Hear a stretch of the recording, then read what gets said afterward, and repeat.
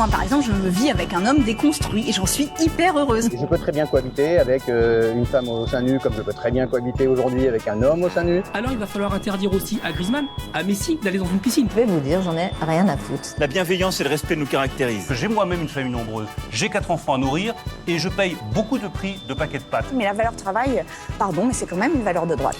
Le couvre-feu médiatique. Je vais vous dire, j'en ai rien à foutre. Bonjour, Valentin Schirmer, Corentin Perini. Bonjour Clémence. C'est très bien. Alors on commence cette revue de presse des Tintins avec ce qui s'est fait, ce qui s'est vu, ce qui s'est entendu de meilleur dans notre beau pays de France. Alors, on va aux États-Unis encore une fois. Sauf si vous êtes... cette phrase quand même.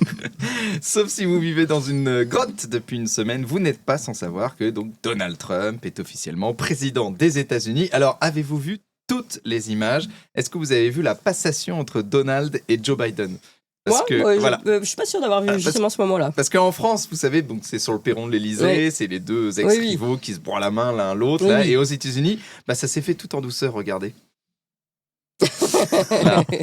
Oh, c'est gentil. Alors, voilà, tout en douceur, j'ai parlé peut-être un petit peu vite. Bref, avant de partir pour un vrai EHPAD, Joe Biden s'est fait tirer le portrait avec sa femme en faisant un selfie. Voilà, on pensait qu'il savait rien faire, mais apparemment il sait faire des selfies quand même. Il n'est pas si sénile que ça, regardez.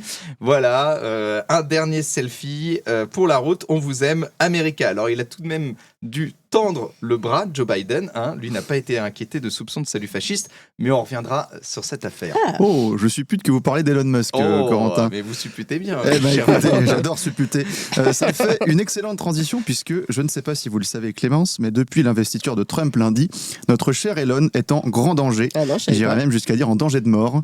Non, c'est pas du complotisme, c'est très sérieux. Figurez-vous que des actions menaçantes ont déjà été mises à exécution un peu partout aux États-Unis, notamment dans la ville de Niort, voilà, dans les Deux-Sèvres, voilà, de Niort, où, tenez-vous bien, un septuagénaire est soupçonné d'avoir rayé 2 voitures Tesla sur le parking de l'hôpital. Voilà, bon là j'ai mis une photo de septuagénaire un peu au hasard, voilà, c'est pour l'illustration. Le prend pas mal, Dany, en plus t'as un petit passé terroriste aussi. En tout cas, on a affaire à quelqu'un de très motivé puisque, placé en garde à vue, il aurait déclaré à la police qu'il n'appréciait pas Elon Musk et tout ce qu'il représentait. Ça fait vraiment froid dans le dos. Rassurez-vous, la justice française saura nous protéger de ce criminel en puissance puisqu'il sera jugé en procédure rapide le 15 novembre prochain. Et c'est pas une blague, c'est comme ça qu'a écrit l'article de France Bleu. Là, on est sauvés, heureusement que la justice fonctionne. Le plus rapidement possible, j'espère. Alors, on connaît tous maintenant la plateforme HelloKittix désormais, mais avez-vous vu ces vidéos sur Twitter? Alors, c'est des vidéos avec le gratin des journalistes, des personnalités, des hommes politiques vraiment du moment, vraiment que des gens qui pèsent sur la société actuelle. Ça donne vraiment envie de les rejoindre, regardez. Ne quittez pas X tout de suite, on vous explique. Après avoir conquis les États-Unis, Elon Musk s'intéresse au reste du monde. Et X, c'est son cheval de Troie pour déstabiliser les démocraties. X n'a de pouvoir que parce que nous y sommes. Sans nous, il n'est rien. Aux États-Unis, X a aussi contribué à faire élire Donald Trump. Sans l'emprise de X, la démocratie américaine n'en serait pas là aujourd'hui. Take over, Elijah, take over. Elon Musk ne s'est pas contenté de manipuler l'algorithme pour mettre en avant ses contenus et ceux de Donald Trump. Il a aussi rendu viral de fausses informations, notamment par rapport aux sciences du climat. Elon Musk, en manipulant ses algorithmes... c'est clair. Il a diffusé de fausses informations sur l'intégrité de l'élection. Il a suspendu le compte de nombreux journalistes et le compte d'une importante levée de fonds. Alors voilà, c'est pas tout le monde. Voilà, physiquement, ça donne envie en tout cas. Je vais vous passer, je vous avais pas menti, crème de la crème. Benoît Hamon en col roulé, Julie Gaillet qui tente de faire l'actrice, quoi. La grande journaliste Anne Sinclair, alors qui malgré ses 480 000 abonnés sur X, regardez, n'a récolté que 30 likes à son post annonçant son départ de la plateforme. Donc apparemment, tout le monde s'en fout. Et puis le reste, des journalistes inconnus au bataillon avec des coupes, bref, qui doivent vivre grassement de subventions publiques. Bref, moi... ça m'a convaincu de rester sur X. Donc abonnez-vous à notre compte sur Twitter et puis au compte de chacun, Clémence Soudiakova, Valentin Schirmer, Corentin Perini. Le mien est pas très intéressant. Monsieur, arrêtez. Corentin qui ne rate jamais l'occasion de faire la promo, c'est bien. Merci Corentin. En tout cas, vous aurez votre paye à la fin du mois, j'ai vu avec sa réaction. C'est bon, ce mois-ci, c'est bon. C'est très gentil. En tout cas, il y en a une qui a décidé de quitter X définitivement, c'est notre chère Sandrine Rousseau. Oui, c'est triste. Qui va nous manquer très fort. Heureusement, elle aura toujours sa place bien au chaud dans le jingle de la chronique des Tintins. Mais désormais, pour suivre ces nouvelles phrases qu'il faut aller sur Blue Sky. Et ça tombe bien, nous avons retrouvé une capture d'écran de ses premières publications. Regardez. Alors là, je vous annonce que je vais quitter X. L'ensemble de mes publications sera fait sur Blue Sky, suivi de « Il y a quelqu'un ». Dites si vous êtes encore sur X, vous pouvez leur dire que j'ai quitté X. Allô. Et alors on sent quand même la détresse qui s'accumule au fil des minutes. C'est réel, ça c'est vraiment son poste. Très écoutez dramatique. ma chronique jusqu'au bout, vous allez comprendre. Sur le dernier post, on peut même entendre un petit écho. C'est assez édifiant. Oui. Allô. Alors je précise tout de suite, voilà pour Clémence, pour le rassurer, ce n'est pas une vraie capture d'écran. C'est une petite blague faite par un internaute facétieux. Mais si un jour notre Sandrine nationale nous ressort vraiment des perles sur Blue Sky, comptez sur nous pour en parler ici. On te lâchera pas, Sardine. Ah, Sardine, elle nous manque déjà. Oui. On a envie d'aller sur Blue Sky rien que pour ça. Oui. Et moi, je voulais vous parler de Louis Boyard, qui se présente aux élections municipales anticipées. C'est à Villeneuve-Saint-Georges, c'est dans le Val-de-Marne, et c'est le berceau historique évidemment de Louis Boyard. Alors ça c'est faux, parce qu'il n'a jamais habité là-bas, il s'est installé là-bas seulement depuis décembre. Il y avait un candidat LFI historique là-bas, mais apparemment Louis Boyard lui est passé devant. Et puis il y a une liste au municipal, comme chacun sait, et certaines personnalités de cette liste ont attiré l'attention, notamment Adèle Médour, qui est 23e sur la liste de Louis Boyard, qui, à défaut d'avoir un CV en politique, a un casier judiciaire bien rempli. Alors je vous cite, transport de stupéfiants, violence, refus d'obtempérer, menaces et injures envers un policier municipal, extorsion avec violence et le plus beau, intrusion dans un établissement scolaire avec une arme. Oui. Voilà, tout simplement. Au moins, il allait à l'école. Voilà, il est allé à l'école, il est instruit. Mais est-ce que c'est le cas aussi de l'islamiste Mohamed Ben Aklef, l'islamiste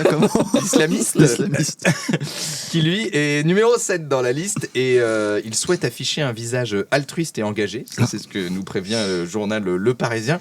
Alors peut-être que Le Parisien n'est pas allé jusqu'à son compte Twitter pour étoffer un peu son portrait, parce que là on peut retrouver des tweets faisant l'apologie du Hamas après le 7 octobre. Voilà. Et le pire, c'est que cette stratégie communautariste est peut-être la seule stratégie que pourrait faire gagner Louis Boyard à Villeneuve-Saint-Georges. On va en reparler de cette campagne de Villeneuve-Saint-Georges, on n'est pas au bout de nos peines. Ouais. On finit avec un peu d'amour et de patriotisme bien franchouillard. Nous en avons parlé cette semaine sur Toxin. Le Puy du Fou a été l'objet de débats du fait de son exclusion du Pass Culture. Ouais. Heureusement, beaucoup de commentateurs de plateau ont défendu ce parc qui a tout de même été élu meilleur parc au monde en 2024 à Los Angeles.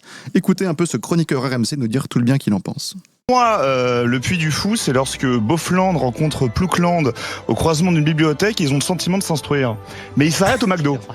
Voilà, sympa, vache. Alors, quelques précisions quand même un petit peu anecdotiques sur ce monsieur. Il s'appelle Pierre Rondeau. Il est économiste spécialisé dans l'économie du sport, d'où l'expertise en parc à thème sur l'histoire de France.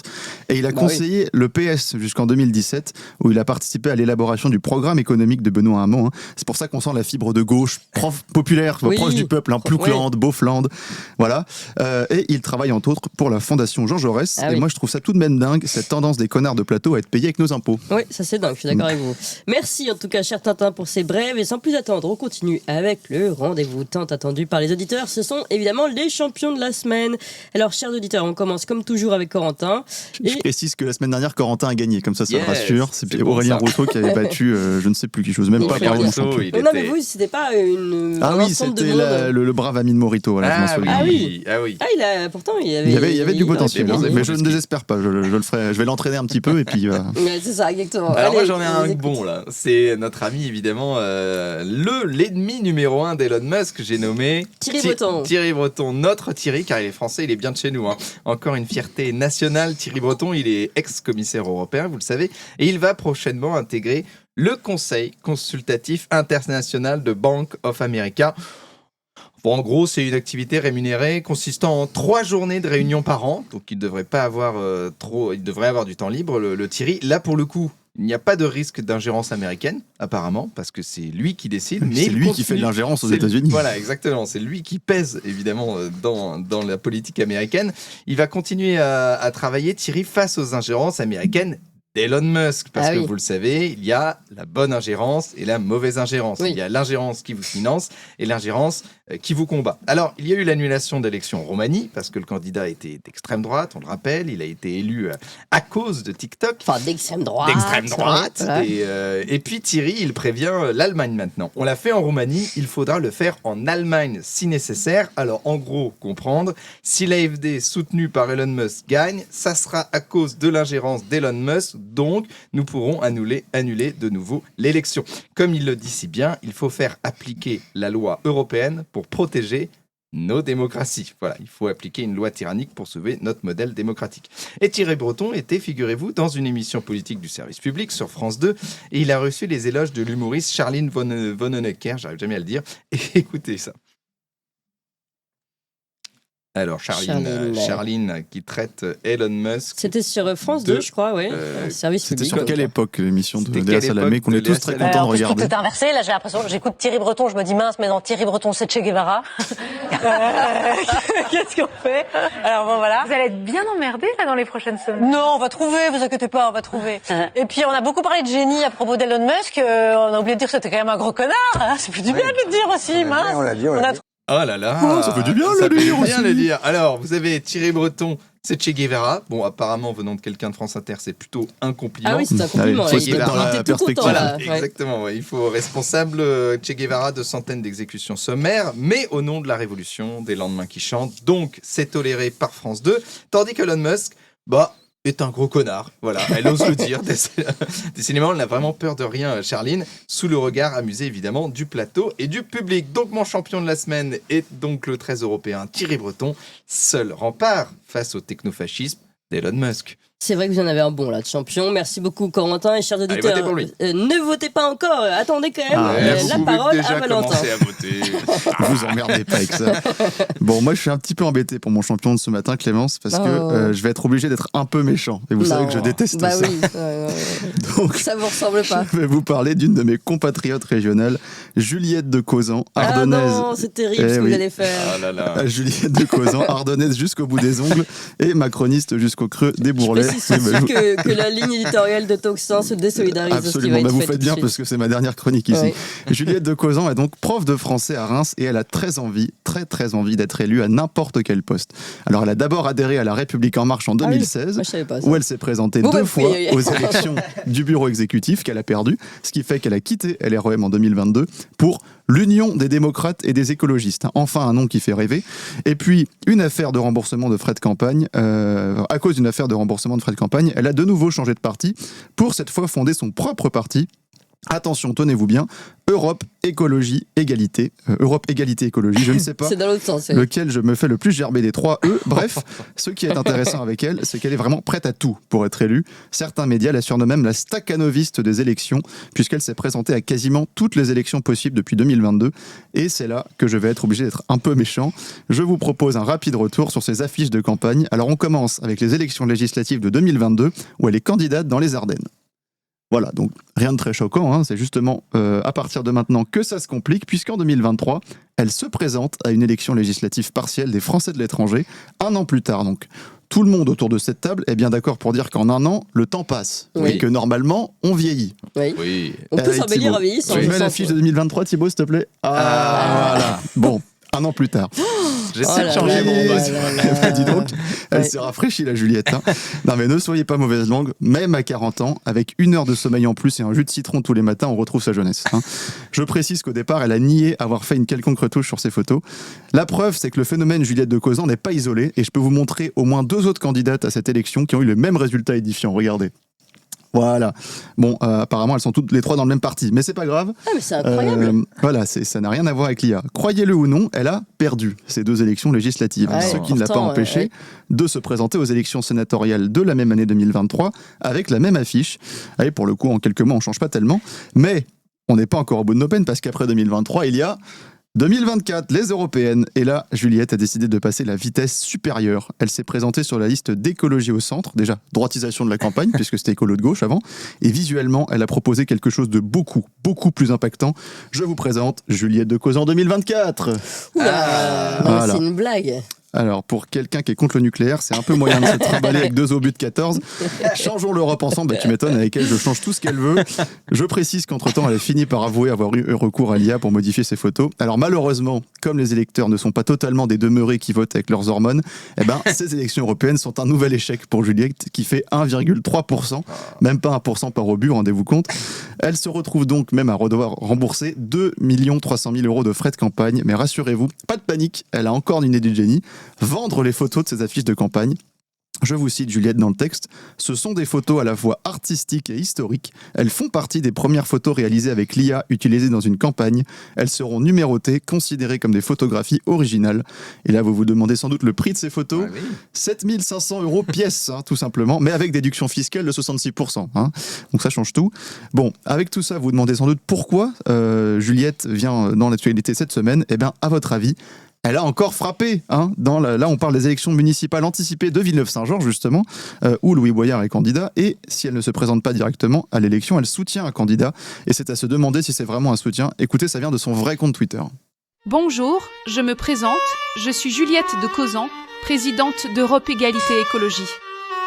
Je vous annonce que pour les élections municipales de Villeneuve-Saint-Georges, Europe Égalité Écologie soutient Éric Colson ainsi que sa liste. Il s'agit d'une liste ayant un programme complet en faveur des habitants de Villeneuve-Saint-Georges. N'hésitez pas à le découvrir sur ericcolson94.fr. Voilà, c'était pour l'aventure Juliette de Causan. Moi j'ai envie de dire vivement les prochaines élections. Non mais elle a vraiment honte de rien là, c'est tellement faux. Mais bon, bref, merci beaucoup Valentin. C'est un plaisir de vous informer Clémence. Oui, je suis choquée. Moi, je suis très très loin de tout ça, vous savez. Bon, merci en tout cas, vous pouvez donc voter pour votre championne préférée. Et puis tout de suite, c'est l'heure de la minute de terroir, la minute du bon sens, une petite minute d'histoire aussi, c'est la minute de la vraie France. Alors c'était la minute, je voulais faire une minute d'espérance. Et puis figurez-vous que vous allez voir. Patatras. Parce que vous avez vu cette affiche de l'humanité, voilà. Ah bah oui. Avec évidemment le fameux soi-disant salut nazi d'Elon Musk. Alors il y en a qui se sont pas privés, comme donc l'humanité, et en d'autres des soutiens. Il y a des soutiens donc de Donald Trump qui ont dit ce n'est pas donc un salut nazi, et donc d'autres ont eu la décence, l'objectivité de contester ceux qui affirmaient que Musk avait fait donc ce salut. C'est le cas notamment de Thierry Mendès France. Figurez-vous qu'il nous a offert ce tweet. Attention à l'emballement sur le supposé salut nazi de Musk. La séquence entière semble montrer en train d'envoyer des cœurs. Ce qu'il dit juste après. Évitons de donner aux désinformateurs l'occasion de nous corriger. Là, vous vous dites, mais c'est génial. Attendez, mais Tristan Mendès France, voilà. Et non, attendez. On me dit que le post a été supprimé et remplacé par celui-ci. Voilà, je reviens sur cette séquence. J'ai entendu les critiques sérieuses. Est-ce qu'on peut dire que le geste de Musk est formellement un salut nazi facho? Oui. Est-ce qu'on sait ce qu'il a dans la tête quand il le fait? C'est invérifiable. Mon erreur a été de questionner ses motivations. Voilà, c'est terrible, c'était trop beau pour être vrai. Je me suis dit, Tristan Mendès France, c'est bon, il va être chroniqueur sur Texin, il a changé et tout ça. Et voilà, malheureusement, je n'ai pas de bonnes nouvelles cette semaine pour vous. Il y a encore un peu de travail. Il y a une brèche et après, il y a... J'ai quand même une nouvelle pour vous, chers auditeurs, c'est que je crois que Corentin a besoin de lunettes. Parce que là, il n'arrivait pas du tout à lire le texte un peu lointain. Imaginez le pauvre Corentin. Quelle semaine mauvaise vous avez eu avec votre problème de connexion Internet. C'est assez déconsidéré quand même. C'est pour ça qu'il faut donner. C'est pour ça qu'il faut donner pour les lunettes. Mais je vais les mettre la semaine prochaine. Personnellement, j'ai trop d'argent, mais Corentin, allez-y. Corentin, vous êtes démuni. Je lui passe mes fringues le matin. Allez, François-Xavier Consoli et moi-même lui avons rendu un hommage hier. Bertrand Blier, le réalisateur des Valseuses, de Buffet Froid de Calmos, s'est éteint lundi soir à l'âge de 85 ans. Et pour finir cette chronique, voici un petit florilège de ses bons mots sur les tournages. Vous allez voir, il est assez bien accompagné, le bougre. Il y a 2 metteurs en zone de génie en France. Quel est l'autre? On est bien, nous. Il faut que la technique se démerde. Nous, on est bien. On le sent comme ça, en tout cas.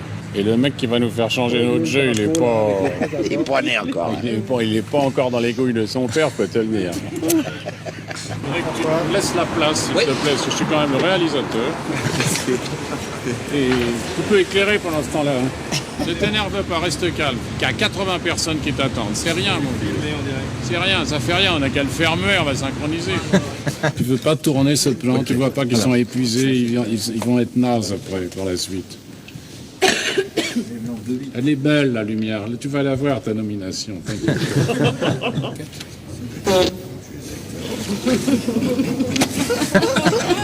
Et saluer. Ça fait 25 ans que j'attends de tourner avec Belmondo.